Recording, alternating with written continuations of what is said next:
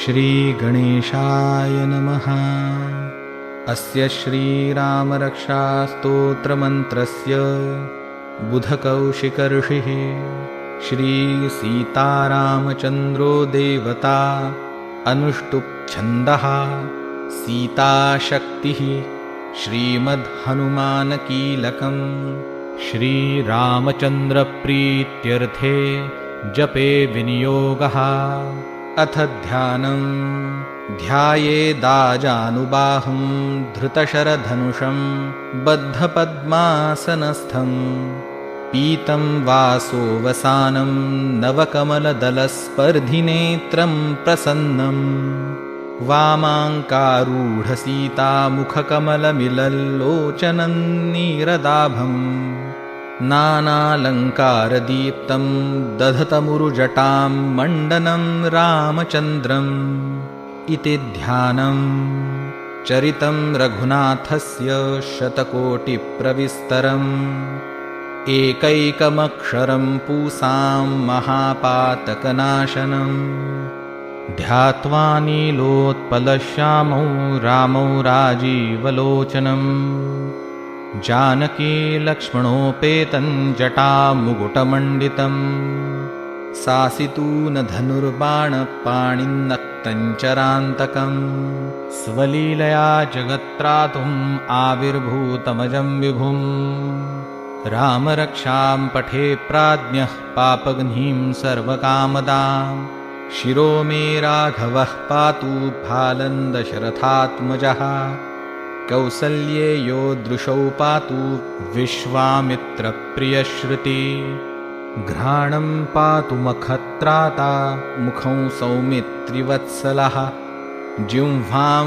विद्यानिधिः पातु कण्ठं भरतवन्दितः स्कन्धौ दिव्यायुधः पातु भुजौ भग्नेशकार्मुकः करौ सीतापतिः पातु हृदयं जामदग्नजित् मध्यं पातु खरध्वंसी नाभिं जाम्बवदाश्रयः सुग्रीवेशः कटी पातु सक्थिनी हनुमत्प्रभुः ऊरूरघूत्तमः पातु रक्षः कुलविनाशकृत् जानुनी सेतुकृत् पातु जङ्घे दशमुखान्तकः पादौ बिभीषणः श्रीदः पातु रामोऽखिलं वपुः एतां रामबलोपेतां रक्षायः सुकृती पठेत् सचिरायुः सुखी पुत्री विजयी विनयी भवेत् पातालभूतलव्योमचारिणश्छद्मचारिणः न द्रष्टुमपि शक्तास्ते रक्षितौ रामनामभिः रामेति रामभद्रेति रामचन्द्रेति वा स्मरन् नरो न लिप्यते पापैर्भुक्तिं मुक्तिं च विन्दति जगज्जयित्रेकमन्त्रेण रामनामनाभिरक्षितं यः कण्ठे धारयेत्तस्य करस्था सर्वसिद्धयः वज्रपञ्जरनामेदै यो रामकवचं स्मरेत् अव्याहताज्ञ सर्वत्र लभते जयमङ्गलम् आदिष्टवान्यथा स्वप्ने राम रक्षामि मां हरः तथा लिखितवान् प्रातः प्रबुद्धो बुधकौशिकः आरामः कल्पवृक्षाणां विरामः सकलापदाम् अभिरामस्त्रिलोकानां रामः श्रीमान् सनः प्रभुः तरुणौ रूपसम्पन्नौ सुकुमारौ महाबलौ पुण्डरीकविशालाक्षौ चिरकृष्णाजिनाम्बरौ फलमूलाशिनौ दान्तौ तापसौ ब्रह्मचारिणौ पुत्रौ दशरथस्येतौ भ्रातरौ रामलक्ष्मणौ शरण्यौ सर्वसत्त्वानां श्रेष्ठौ सर्वधनुष्मतां रक्षः कुलनिहन्तारौ त्रायेतान्नो रघुत्तमौ आतसज्ज धनुषा विषुस्पृशा वक्षया शुगनिषङ्गसङ्गिनौ रक्षणाय मम रामलक्ष्मणावग्रतः पथि सदैव गच्छताम्। सन्नद्धः कवची खड्गी चापबाणधरो युवा, गच्छन्मनोरथोऽस्माकं रामः पातु स लक्ष्मणः। रामो दाशरथिः शूरो लक्ष्मणानुचरो बली, काकुत्स्थः पुरुषः पूर्णः कौसल्येयो रघुत्तमः। वेदान्तवेद्यो यज्ञेशः पुराणपुरुषोत्तमः, जानकीवल्लभः श्रीमान् अप्रमेयपराक्रमः। इत्येतानि जपेन्नित्यं मद्भक्तश्रद्धयान्वितः, अश्वमेधाधिकं पुण्यं सम्प्राप्नोति न संशयः। रामं दुर्वादलश्यामं पद्माक्षं पीतवाससं, स्तुवन्ति नामभिर्दिव्यैर्न ते संसारिणो नरः। रामौ लक्ष्मणपूर्वजौ रघुवरौ सीतापतिं सुन्दरं, काकुत्स्थौ करुणार्णवौ गुणनिधिं विप्रप्रियं धार्मिकं। राजेन्द्रौ सत्यसन्धं दशरथतनयौ श्यामलौ शान्तमूर्तिं, वन्दे लोकाभिरामौ रघुकुलतिलकौ राघवौ रावणारिम्। रामाय रामभद्राय रामचन्द्राय वेधसे, रघुनाथाय नाथाय सीतायाः पतये नमः।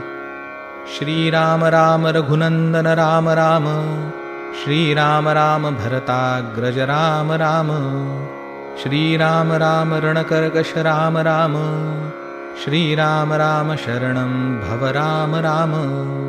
श्रीरामचन्द्रचरणौ मनसा स्मरामि, श्रीरामचन्द्रचरणौ वचसा गृह्णामि। श्रीरामचन्द्रचरणौ शिरसा नमामि, श्रीरामचन्द्रचरणौ शरणं प्रपद्ये। माता रामो मत्पिता रामचन्द्रः, स्वामी रामो मत्सखा रामचन्द्रः।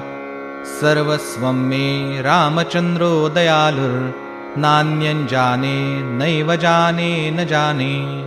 दक्षिणे लक्ष्मणो यस्य वामे तु जनकात्मजा, पुरतो मारुतिर्यस्य तं वन्दे रघुनन्दनम्। लोकाभिरामौ रणरङ्गधीरौ राजीवनेत्रौ रघुवंशनाथं, कारुण्यरूपं करुणाकरन्तं श्रीरामचन्द्रं शरणं प्रपद्ये।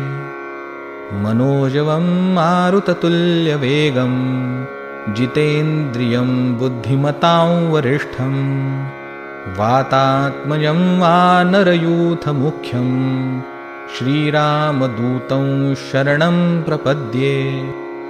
कूजन्तं राम रामेति मधुरं मधुराक्षरम्, आरुह्य कविताशाखां वन्दे वाल्मीकिकोकिलम्। आपदामपहर्तारं दातारं सर्वसम्पदां, लोकाभिरामं श्रीरामं भूयो भूयो नमाम्यहम्। भर्जनं भवबीजानां मर्जनं सुखसम्पदां, तर्जनय्यमदूतानां राम रामेति गर्जनम्। रामो राजमणिः सदा विजयते, रामौ रमेशं भजे। रामेणाभिहता निशाचरचमू, रामाय तस्मै नमः। रामान्नास्ति परायणं परतरं, रामस्य दासोऽस्म्यहम्। रामे चित्तलयः सदा भवतु मे, भो राम मामुद्धर। राम रामेति रामेति रमे रामे मनोरमे, सहस्रनाम तत्तुल्यं रामनामवरानने। इति श्रीबुधकौशिकविरचितं श्रीरामरक्षास्तोत्रं सम्पूर्णम्। श्रीसीतारामचन्द्रार्पणमस्तु।